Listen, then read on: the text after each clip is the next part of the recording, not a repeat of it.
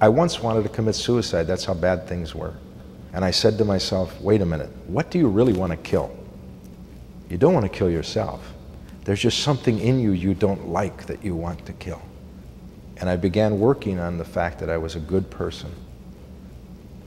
And I was a good person. I deserved good. I deserved love. And when I began to recognize that, I began to become more loving. Doesn't mean I don't get angry at times. We all get angry. We all get sad. We have all these emotions. Life can be difficult at times, and it's perfectly natural. But the truth is, the deeper inherent nature of every individual is that they are good, and that they deserve happiness, and that happiness is natural.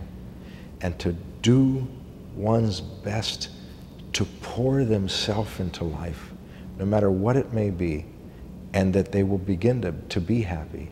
And no matter how anyone may laugh, like, oh, look at you, you want to be in the choir, or look at you, you want to be goody-goody. No, don't worry about them.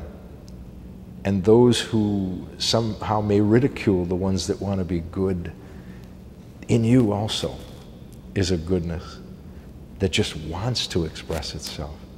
And if you just let it out, just a little bit at a time, just allow yourself to feel a little safe. The more you do it, the more safer you'll feel. And the more you do it, the more you give away, the more empowered you will feel. And a great strength will come through you. And you'll feel good about yourself and recognize how wonderful you are. If I hear myself say I don't deserve something, I need to begin to say, I'm so grateful I deserve that. I'm so grateful I deserve that. You know, if I get angry at someone, I go, why would you do that? Oh, I forgive my father for that. Or I forgive my mom for that. They did the best they could. And I need to no longer carry that with me, no matter how much they believe those things were true. Ideally, there should be nothing to forgive. But because we have grown up with this idea, it's almost as if the only way to let go of something, the only way to create the catharsis, is to forgive. You see, the brain, it's also, it's not just spiritual, it's physiological too. The neurons in the brain are connected by vine-like dendrites. And years ago they did a test with MRI where they actually studied the brain, and they saw through affirmations affirming a positive in opposition to a negative pattern that one may have had.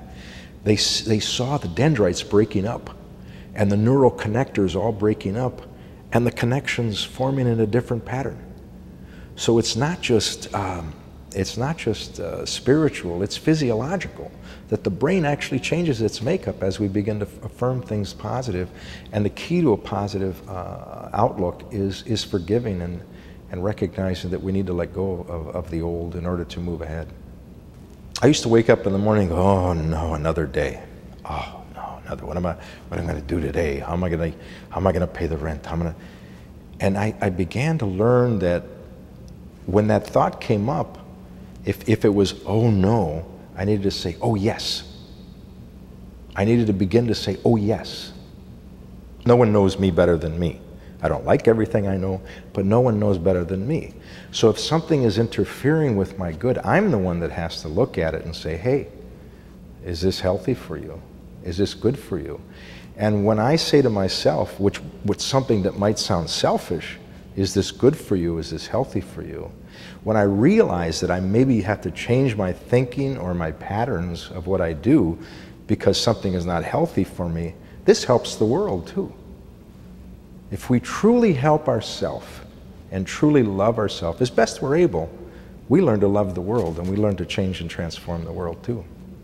And there is opportunities to grow, opportunities to stretch, opportunities to know yourself better, opportunities to see what angers you, opportunities to see what impassions you.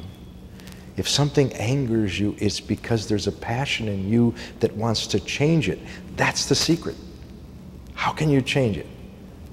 Ask for the opportunity to be the vehicle for change, or like Gandhi says, to be the change if they want to see in the world. You must become active. You must be that change. When it came to me that we needed to have a film festival for peace and nonviolence, I realized that the world is crying for peace and nonviolence.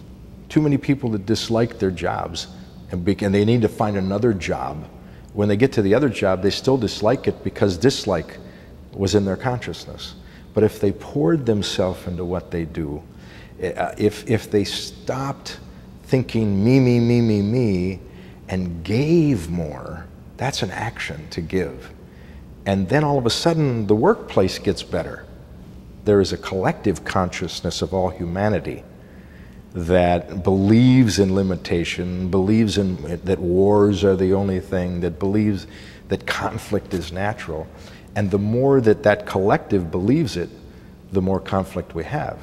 But if that is true, and I believe it's true, then I can also affect the collective by changing my thinking. And if I change the way I view things, maybe I can help someone change the way they view things. And before you know it, this collective begins to change.